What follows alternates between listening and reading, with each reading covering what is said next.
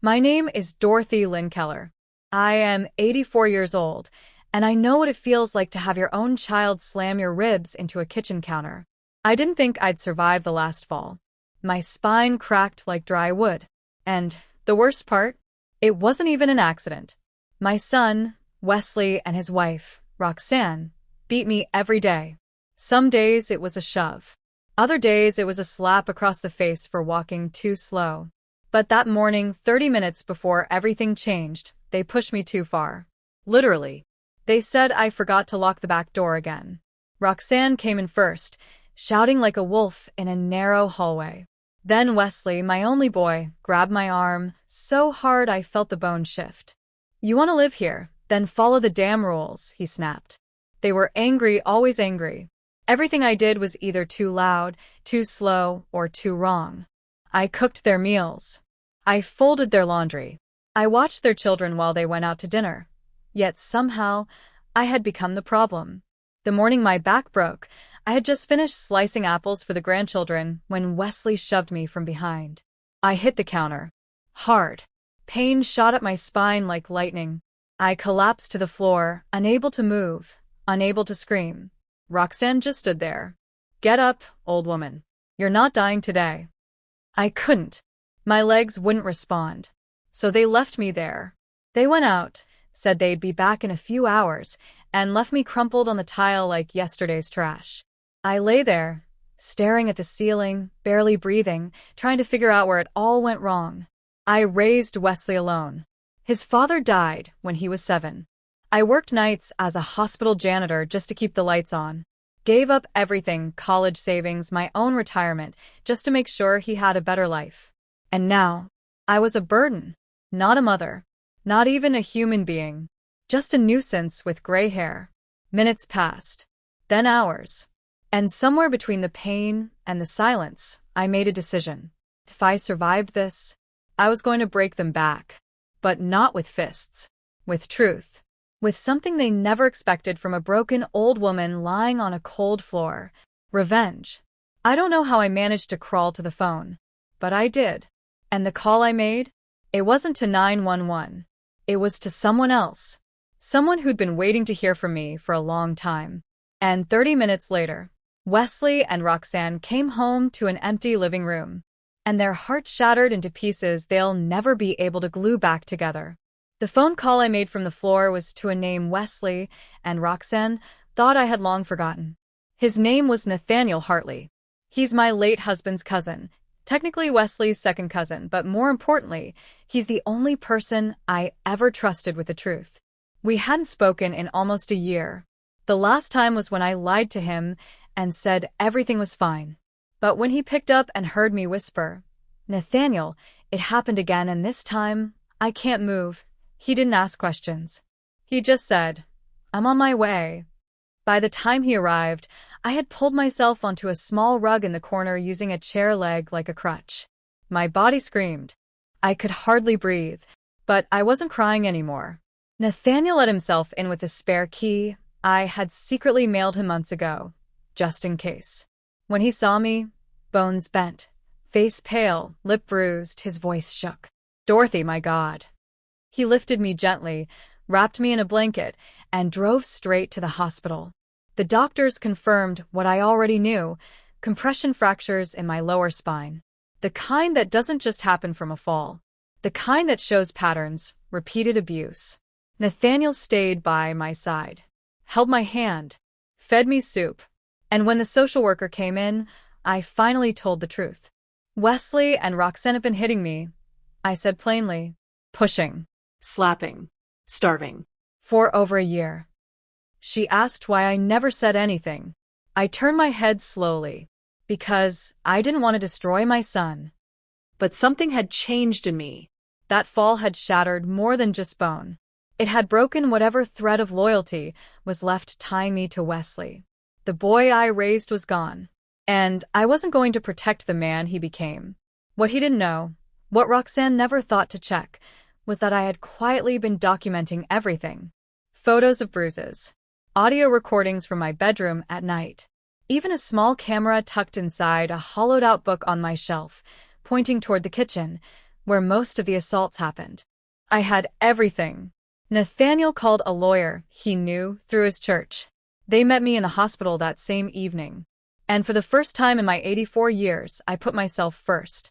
We filed for criminal charges, elder abuse, medical neglect, financial exploitation. But that wasn't all. We filed an emergency court order to freeze the joint checking account Wesley had convinced me to open with him, an account I had deposited my entire Social Security and pension checks into every month. That account had paid for their vacations, their dinners, their lifestyle. Now, it was locked. The police visited their house the next morning. According to Nathaniel, Wesley tried to act outraged, pretended to cry, claimed I had dementia, said I always forgot things, and hurt herself falling over laundry. But the police had already seen the footage. They had heard him yelling. They had watched Roxanne ignore me for hours while I lay gasping on the floor. That same day, they were both arrested. And when the officers told them where I was, they laughed. She's probably dead by now, Roxanne scoffed. But I wasn't. I was recovering in a private room at the rehab facility Nathaniel had arranged for me. And that afternoon, while sipping warm tea and staring out the window at the spring trees, I signed one final document. My new will. I removed Wesley and Roxanne entirely, and I replaced them with someone who had never lifted a hand to me, but had lifted me up when I couldn't stand on my own. Nathaniel. But the best part? That wasn't the revenge. The real heartbreak for Wesley and Roxanne was still coming, because just 30 minutes after their arrest, something else arrived at their house. A van. From Child Protective Services. And when they opened the door, the officers said just 6 words. Your children are coming with us. The children. My 2 precious grandchildren, Emily, age 9, and Tyler, just 6. They were the only reason I had stayed quiet for so long. I endured the bruises, the insults, and the broken bones because I didn't want to abandon them. I couldn't stomach the thought of them waking up one morning and Grandma not being there to zip their coats or pack their lunches. I thought I was protecting them, but I was wrong. Because children always know. They may not understand the words, but they feel the tension. They hear the yelling behind closed doors. They notice when Grandma flinches at a raised voice. And they see when love turns to fear.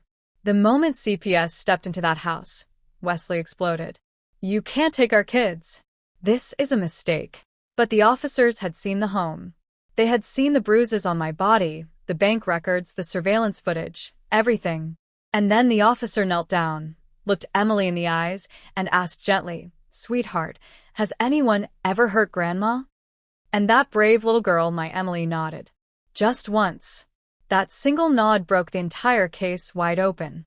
Tyler cried as they packed a few small clothes into plastic bags. Emily, surprisingly calm, clutched her drawing pad. She looked up at one of the caseworkers and whispered, Can we go see Grandma? They brought them to me that same evening.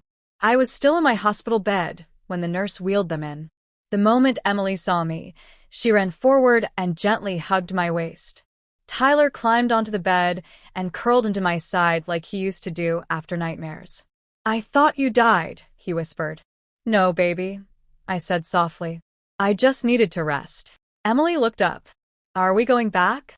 I hesitated, then shook my head. Not there. Not anymore. They stayed with me at the rehab center for a few days. Nathaniel pulled every string he had to ensure temporary guardianship. My lawyer expedited the court paperwork, and within 72 hours, I had full custody. Wesley called from jail. I didn't answer. Roxanne tried sending a message through her sister. I sent it back, unopened. Because forgiveness, I've learned, doesn't mean putting yourself back in the fire. Sometimes it means walking away while the flames consume the ones who lit them. With help, I transitioned to a new home. A quiet cottage Nathaniel helped me find near a peaceful, tree-lined suburb where neighbors still wave and ask about your health. We had bunk beds installed for the kids, and I made their first dinner in that kitchen with hands still sore from weeks of therapy. We had grilled cheese and tomato soup. Nothing fancy. But to us, it was a feast. Emily taped one of her drawings on the fridge, a picture of me with a golden cape and silver hair, flying above a house on fire. I laughed and cried at the same time. "That's you, Grandma," she said proudly. "You saved us." But I didn't feel like a hero. I felt like someone who had survived too much and said too little for too long. Still, something inside me had changed. I wasn't just surviving now. I was living. Wesley and Roxanne's trial date was set. The charges were serious: elder abuse, financial exploitation, endangerment of minors. My testimony would be key. Nathaniel asked if I was ready. "No," I said honestly, "but I'll speak anyway." Because silence didn't protect me. It protected them. And now, the whole world was about to hear what they did. Not for revenge, but for every grandmother who thinks staying quiet is safer than speaking up. I owed it to them. I owed it to myself. And most of all, I owed it to Emily and Tyler, who finally had a chance at a childhood free from fear. But what I didn't know then was that Wesley was planning something from inside that jail cell. Something that would threaten everything I had just rebuilt. The children. My two precious grandchildren, Emily, age 9, and Tyler, just 6. They were the only reason I had stayed quiet for so long. I endured the bruises, the insults, and the broken bones because I didn't want to abandon them. I couldn't stomach the thought of them waking up one morning and Grandma not being there to zip their coats or pack their lunches. I thought I was protecting them, but I was wrong. Because children always know. They may not understand the words, but they feel the tension. They hear the yelling behind closed doors. They notice when Grandma flinches at a raised voice. And they see when love turns to fear. The moment CPS stepped into that house, Wesley exploded. "You can't take our kids. This is a mistake." But the officers had seen the home. They had seen the bruises on my body, the bank records, the surveillance footage, everything. And then the officer knelt down, looked Emily in the eyes, and asked gently, "Sweetheart, has anyone ever hurt Grandma?" And that brave little girl, my Emily, nodded. Just once. That single nod broke the entire case wide open. Tyler cried as they packed a few small clothes into plastic bags. Emily, surprisingly calm, clutched her drawing pad. She looked up at one of the caseworkers and whispered, "Can we go see Grandma?" They brought them to me that same evening. ChatGPT said, "Absolutely. From now on, I'll include strong, emotionally resonant YouTube CTAs in each chapter where they naturally fit, without disrupting the story's flow. These CTAs will be placed either just before the cliffhanger or right after an emotional high point to drive viewer engagement." Here is the updated Chapter 3 with the CTA embedded. Chapter 3 with CTA. The children. My two precious grandchildren, Emily, age 9, and Tyler, just 6. They were the only reason I had stayed quiet for so long. I endured the bruises, the insults, and the broken bones because I didn't want to abandon them. I couldn't stomach the thought of them waking up one morning and Grandma not being there to zip their coats or pack their lunches. I thought I was protecting them, but I was wrong. Because children always know. They may not understand the words, but they feel the tension. They hear the yelling behind closed doors. They notice when Grandma flinches at a raised voice. And they see when love turns to fear. The moment CPS stepped into that house, Wesley exploded. "You can't take our kids. This is a mistake." But the officers had seen the home. They had seen the bruises on my body, the bank records, the surveillance footage, everything. And then the officer knelt down, looked Emily in the eyes, and asked gently, "Sweetheart, has anyone ever hurt Grandma?" And that brave little girl, my Emily, nodded. Just once. That single nod broke the entire case wide open. Tyler cried as they packed a few small clothes into plastic bags. Emily, surprisingly calm, clutched her drawing pad. She looked up at one of the caseworkers and whispered, "Can we go see Grandma?" They brought them to me that same evening. I was still in my hospital bed when the nurse wheeled them in. The moment Emily saw me, she ran forward and gently hugged my waist. Tyler climbed onto the bed and curled into my side like he used to do after nightmares. "I thought you died," he whispered. "No, baby," I said softly. "I just needed to rest." Emily looked up. "Are we going back?" I hesitated, then shook my head. Not there. Not anymore. They stayed with me at the rehab center for a few days. Nathaniel pulled every string he had to ensure temporary guardianship. My lawyer expedited the court paperwork, and within 72 hours, I had full custody. Wesley called from jail. I didn't answer. Roxanne tried sending a message through her sister. I sent it back unopened. Because forgiveness, I've learned, doesn't mean putting yourself back in the fire. Sometimes it means walking away while the flames consume the ones who lit them. With help, I transitioned to a new home. A quiet cottage Nathaniel helped me find near a peaceful, tree-lined suburb where neighbors still wave and ask about your health. We had bunk beds installed for the kids, and I made their first dinner in that kitchen with hands still sore from weeks of therapy. We had grilled cheese and tomato soup. Nothing fancy, but to us it was a feast. Emily taped one of her drawings on the fridge, a picture of me with a golden cape and silver hair, flying above a house on fire. I laughed and cried at the same time. "That's you, Grandma," she said proudly. "You saved us."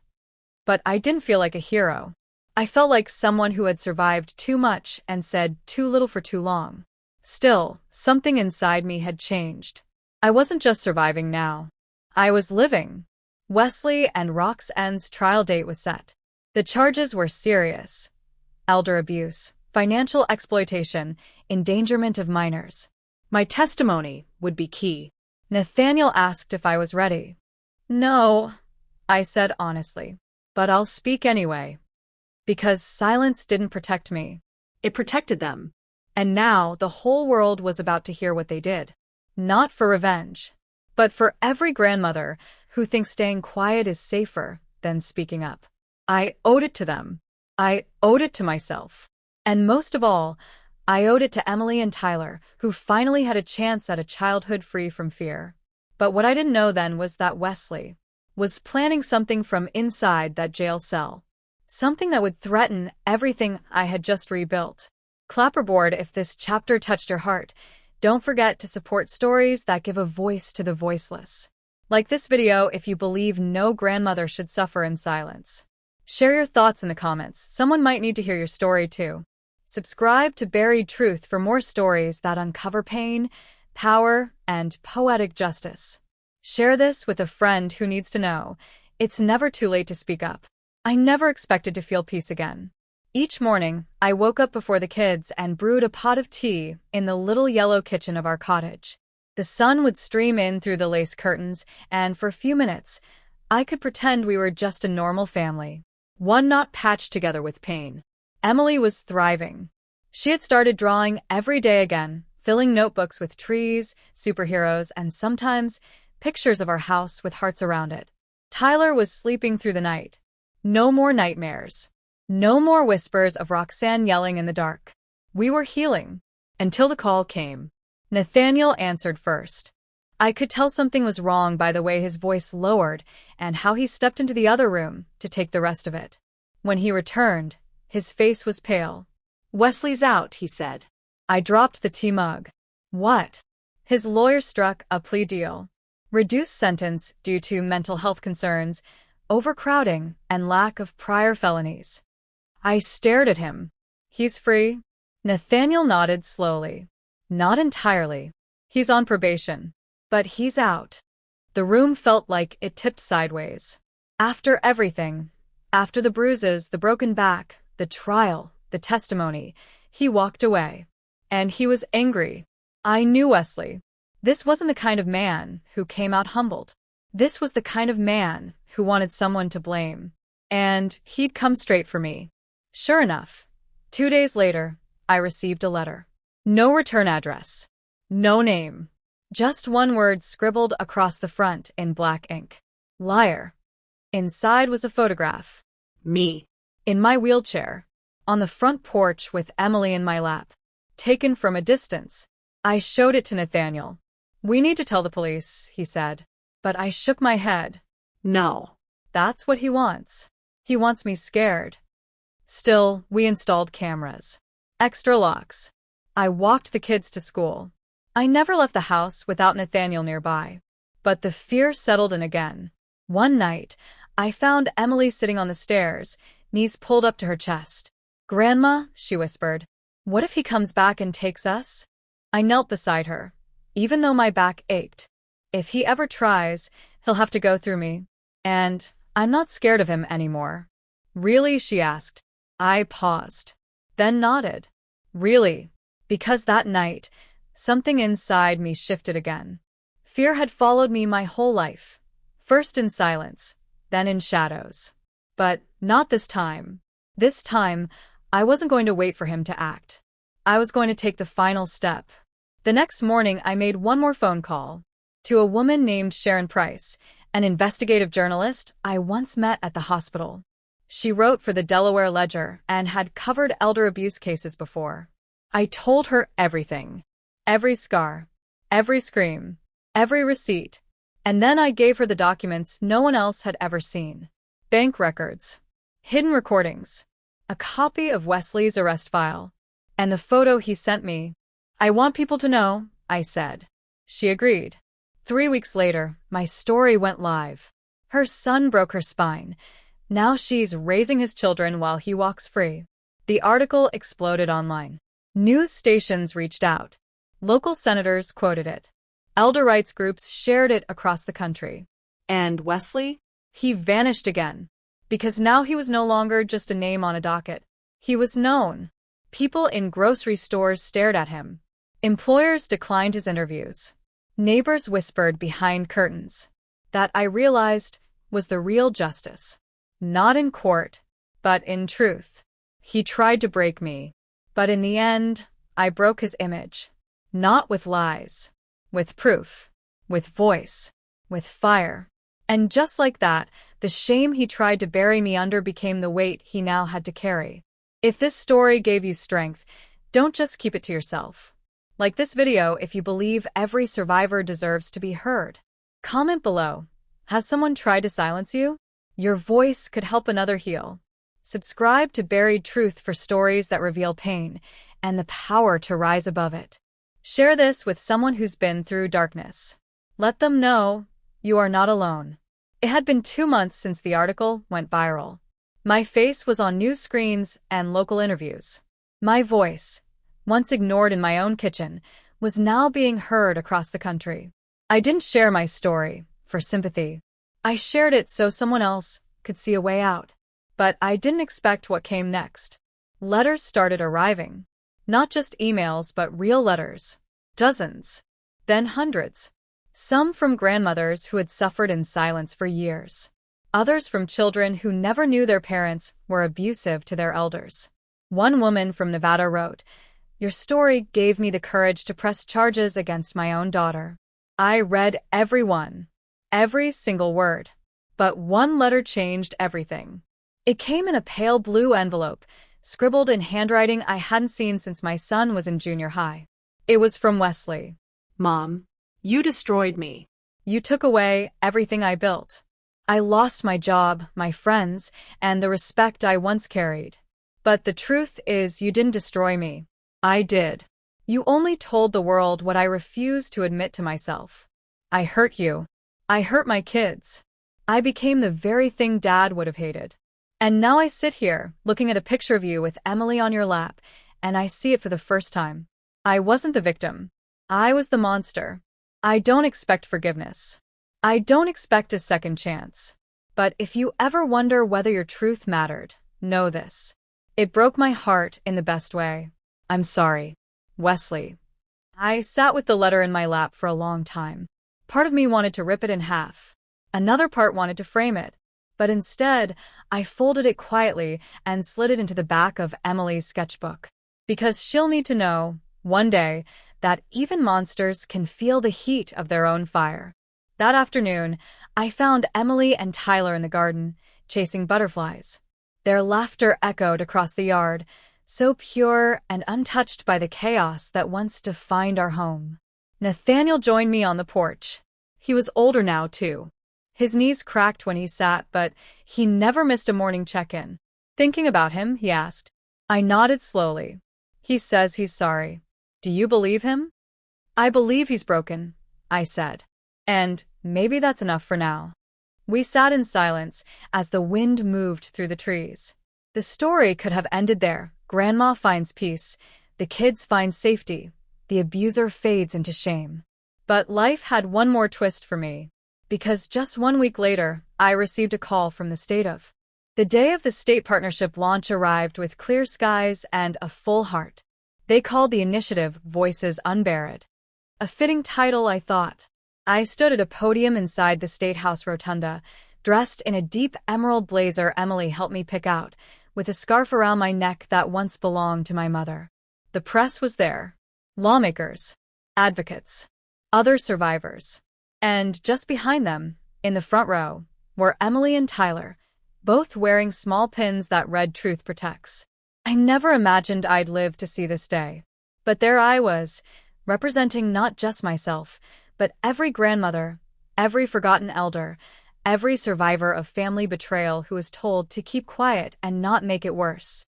I told the story, not with tears, but with calm, careful truth. I didn't want revenge, I said. I wanted peace. But peace doesn't come from pretending everything is okay. It comes from being brave enough to say, I was wronged, and I'm still here. Applause rose like a wave. Later, as the event ended, I was approached by two women, both in their 60s, both with eyes that had seen far too much. Your stories saved us, one whispered. We were ready to give up. But now? We're not going back. That night, at home, Emily asked if I was proud of myself. I looked into her eyes and said, I'm proud of you. You saw what was wrong, and you never lost your love. You gave me the strength to fight. She hugged me tight and whispered, I'm glad you didn't stay quiet. But peace doesn't always last forever. One morning, 2 weeks after the state partnership, I received another letter. This one wasn't from Wesley. It was from Roxanne. Her handwriting was rushed, desperate. I don't know if you'll read this, but I'm still in jail. And I've lost everything. My job, my home, my children. I know I was cruel. I know I treated you like you didn't matter. But I did it because I was bitter. I saw how much love you gave Wesley, and I was jealous. I thought if I broke you, I could finally feel powerful. But you're the strongest woman I've ever known. And now I'm here, with nothing. And for the first time, I understand what I became. I don't ask for forgiveness. I just want you to know, I see it now. And I hope your heart can rest. I read it 3 times. Then placed it on the mantle. Not to forgive her. Not to absolve the pain. But to remind myself that people change when they face consequences, not comfort. That weekend, Emily drew another picture. This time it was her home. But instead of flames, there were people standing in front of it. Women, children, even a man in a wheelchair. And above them, a banner that said, Truth lives here. I smiled through my tears, because truth had finally become our shelter. And every day, more people were coming in from the cold. If this chapter gave you hope, don't let it stop here. Like this video if you believe speaking up can save lives. Comment below, what's one truth you've been afraid to say out loud? Subscribe to Buried Truth for more powerful stories of healing and justice. Share this with someone who needs a reminder. There is life after betrayal. 6 months passed. Wesley stayed quiet. Roxanne remained in jail. The trial was closed, the evidence sealed, the story broadcast to millions. But for us, life had finally started to feel normal. Emily joined the school art club. Tyler played peewee soccer. I finished my final round of physical therapy and walked out of that rehab center with a straight spine and steady legs. But one thing hadn't changed. I still got letters. Some were from survivors, others from lawmakers. One was even from a university professor requesting to feature my case in a lecture on elder justice. But the most unexpected letter came from a girl named Bailey. She was 15, lived in Indiana, said her grandmother was going through something similar. And she wrote this. I saw your story. My grandma doesn't have anyone like Nathaniel, but I want to be that person for her. You taught me that love isn't just hugs and smiles. Sometimes it's standing in front of someone else's pain and saying, no more. Thank you for showing me that old doesn't mean powerless. It means unstoppable. I held that letter to my chest and sobbed. Because that was the moment I realized something important. My story wasn't mine anymore. It was theirs. For the ones who survived. For the ones still trapped. For the ones who were told, "You're too old to matter." I mattered. And now they knew they did, too. But life wasn't finished with me just yet. One Sunday morning, as I was finishing breakfast, Nathaniel came in with the mail and laid a small white envelope on the table. No return address. Just my name, Dorothy Lynn Keller. Inside was a photo. It was Wesley, standing beside a small plot of land. A hand-painted sign behind him read, "The Keller Center, Support for Abused Elders." The note attached said, "I don't know how to undo what I've done, but I'm going to spend the rest of my life trying. This won't fix it, but it's a start." I said nothing, but I walked outside and sat beneath the cherry blossom tree in the yard. The kids were playing. Nathaniel was reading the paper. The world had moved on.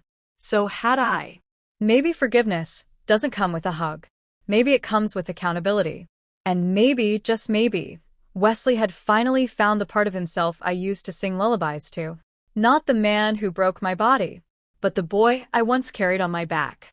The morning of my 85th birthday, the kitchen was full of the smell of cinnamon rolls, and the walls were covered in streamers Tyler had hung with painter's tape. Emily had drawn a giant banner that read, "Happy birthday, Grandma, you saved us." It wasn't just a celebration. It was a declaration. A reminder that survival is not just about escaping pain. It's about reclaiming joy. And joy was everywhere that day. Laughter spilled through every room. The porch overflowed with flowers from neighbors and strangers alike.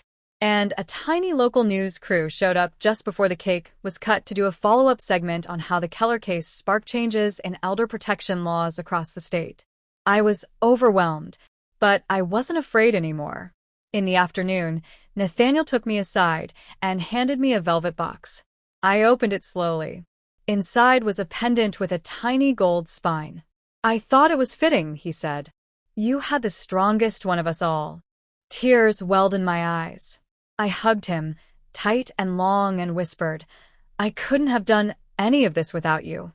He shook his head. "You did it because you finally chose yourself." That evening, after the guests left and the sun began to dip behind the trees, I sat with Emily and Tyler on the porch swing.